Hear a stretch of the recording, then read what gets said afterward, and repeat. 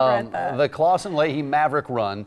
It's more than a run. You just look at the list of extra activities that are on stack. Yeah. An inflatable obstacle course, baseball cages, hamster ball races, plus a chance to hang out with coaches and student athletes from UNO.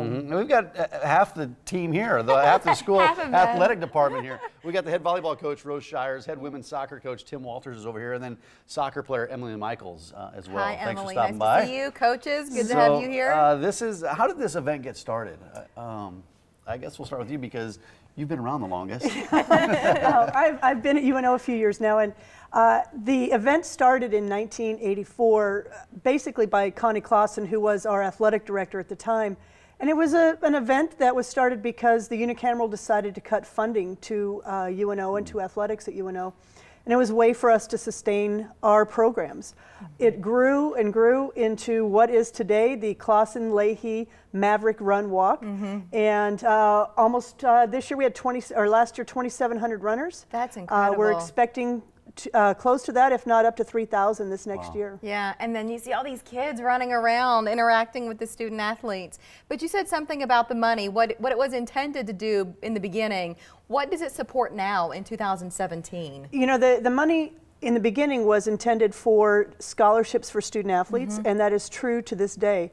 The money goes to support our scholarship fund for the student athletes at UNO, and so it's stayed true to that for the 30+ years that we've had this event. Yeah, it was at Baxter Arena last year. I think we had, didn't we have Trev Alberts on the show last year talking about this? I think we did, and it was at Baxter Arena. Is it there this year, or have you moved it? Once again, it's at Baxter Arena, okay. yes. Yeah, that's a nice venue. What's the significance of this event, like the big picture at UNO? Well, go ahead. Rose, I feel like we're talking to you way too much.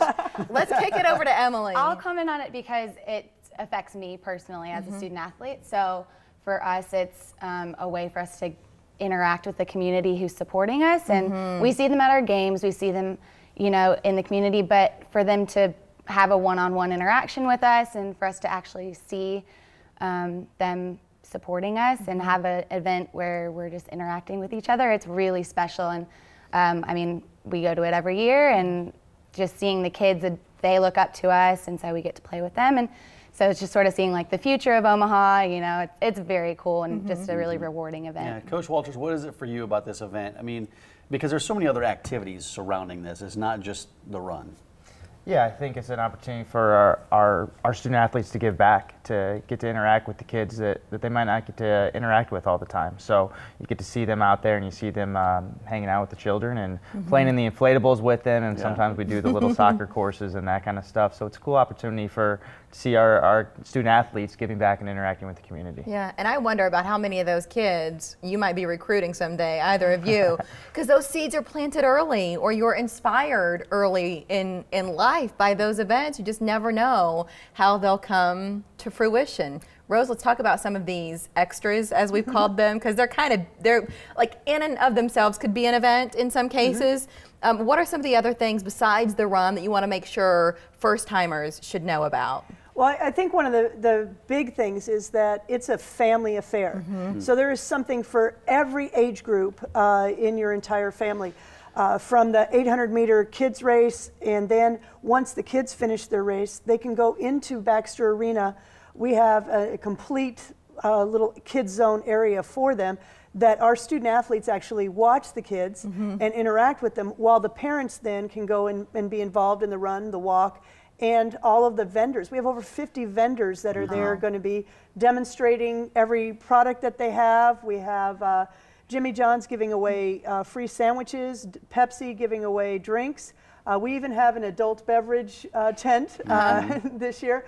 So there's plenty of things to do from 8 to 11. Well, that's when you know it's a big event, when you have 50 vendors that are going to be there with demonstrations and food. I heard big event when I heard her say 3,000 people. There's that too. But it's April 22nd at 8 o'clock. It is April 22nd, right? We've got that day right? With our dates today. Good. We're batting 50% today. $30 in advance, $40 day of the race. Yeah. omavs.com. So if you want to save the $10 and register before the 22nd, best way to do it online? Online, omavs.com. Great. Fantastic. Thank you for being here, and all the best on your seasons ahead. Yeah. Thank you. Thank you. Thanks, thank you all.